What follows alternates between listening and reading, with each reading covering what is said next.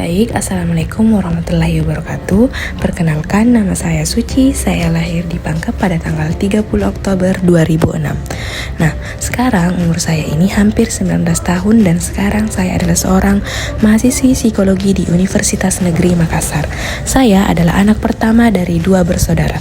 Nah, kali ini saya akan menceritakan masa perkembangan remaja saya mulai dari awal hingga akhir. Selamat menyaksikan. Kita akan bahas apa sih itu masa remaja. Nah, masa remaja adalah tahap perkembangan antara masa kanak-kanak dan dewasa. Nah, biasanya ini tuh dimulai dari usia 11 sampai 21 tahun. Nah, ini adalah masa transisi di mana individu ini mengalami banyak perubahan baik secara fisik, psikologis maupun sosial. Nah, pada masa ini itu juga sering disebut sebagai masa pencarian jati diri atau identitas, di mana banyak hal penting yang terbentuk dari sisi identitas tersebut. Nah, selanjutnya teori Erik Erikson. Nah, menurut teori ini itu perkembangan psikososial dari Erik Erikson, di mana remaja ada pada tahap kelima, yaitu identity versus role confusion, di mana atau identitas versus kebingungan peran, di mana yang berlangsung pada usia 12 hingga 18 tahun. Pada tahap ini itu remaja mulai mengeksplorasi jati diri, nilai-nilai dan peran sosial dalam masyarakat. Nah, mereka juga mencari tahu jawaban atas pertanyaan mereka kayak siapa aku, apa tujuan hidupku, dan jika remaja ini berhasil untuk melewati tahap ini dengan baik, maka mereka akan memiliki identitas diri yang kuat dan jelas. Nah, namun jika ini gagal, maka mereka ini mengalami kebingungan peran yang dapat berdampak pada arah hidup dan kepercayaan diri mereka. Selanjutnya ada teori Jean Piaget.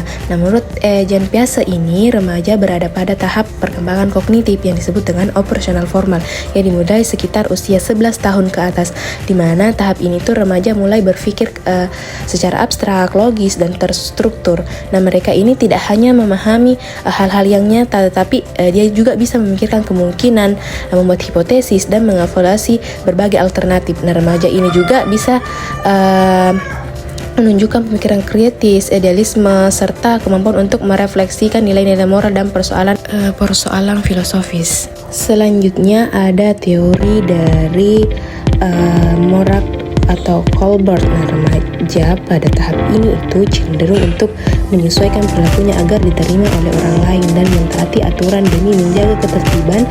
Nah, Colbert ini itu membagi perkembangan moral menjadi 3 tingkatan, yaitu pra-operasional, konvensional, dan pasca-konvensional. Pada tingkat ini itu konvensional yang biasanya dialami oleh anak-anak yang ditentukan oleh konsekuensi seperti hukuman atau imbalan. Nah, sedangkan tingkat pasca konvensional itu yang biasanya dicapai saat dewasa, yang menunjukkan bahwa individu ini mulai untuk membangun prinsip moral berdasarkan hati nurani dan nilai-nilai universal. Kemudian ada teori dari kelekatan atau attachment. Pada tahap ini menekankan ikatan emosional yang terbentuk sejak dini dengan pengasuh utamanya yang memengaruhi hubungan sosial di masa remaja. Nah, remaja ini tuh cenderung lebih percaya diri dalam membangun hubungan sosial yang sehat dan memiliki rasa harga diri yang stabil.